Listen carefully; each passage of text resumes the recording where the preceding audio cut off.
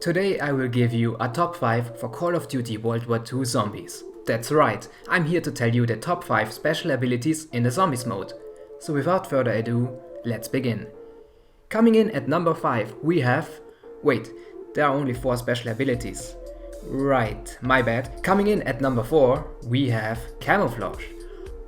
Now basically what this ability does is it makes you invisible for a short time. It was really good back then when the game launched. But since then they patched it and it got nerfed a lot. Not only is the time duration shorter now, but also when you shoot your weapon you kinda make a noise, right? And this will decrease the time even more because the zombies, they know where you are and they will attack you. So it's your best option to not shoot while you activate it. If you really get stuck by the enemies, activate it and try to back off from the enemies. All in all, it's a really defensive ability. It's also not worth it to use it most of the time. I could see how you would complete some Easter egg steps with that ability, especially if you play solo.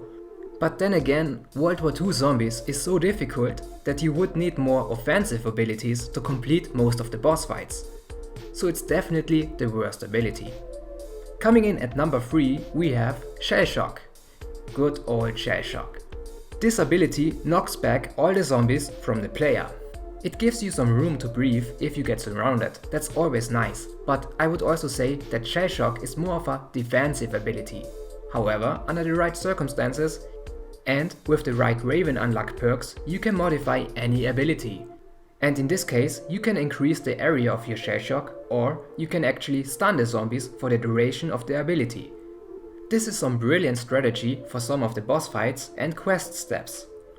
But you can also put a fire damage modifier on it, so it's a bit more offensive. And there's even one modifier where you can do triple damage while you activate it. I really like the variety with the Raven perks. Not only did they give us abilities, we could also modify them for our own playstyle. Something a certain other game completely ignored. Spec Ops 4. Moving on to our number 2, we have Free Fire. The probably most used ability. Why? Well, because you can shoot as many bullets without wasting any ammo and without reloading, which makes you pretty much invincible. I guess a lot of new players are a fan of this ability, and for good reason. If you have your explosive pistols and activate it, all you have to do is shoot on the ground in front of you and no enemies will get close to you. Well, all apart from this guy of course. Free Fire is a top ability and with the right modifiers you can make it even better. For example, you can put on the Pack-a-Punch ability and when you activate it, your weapons will be Pack-a-Punched during the duration of the ability. That really helped me to complete some of the first room challenges in this game. But if you are more of a team player, you can also put on modifiers to give your teammates a damage boost, grenades or ammo. Now let's talk about the best ability, in my opinion, Frontline.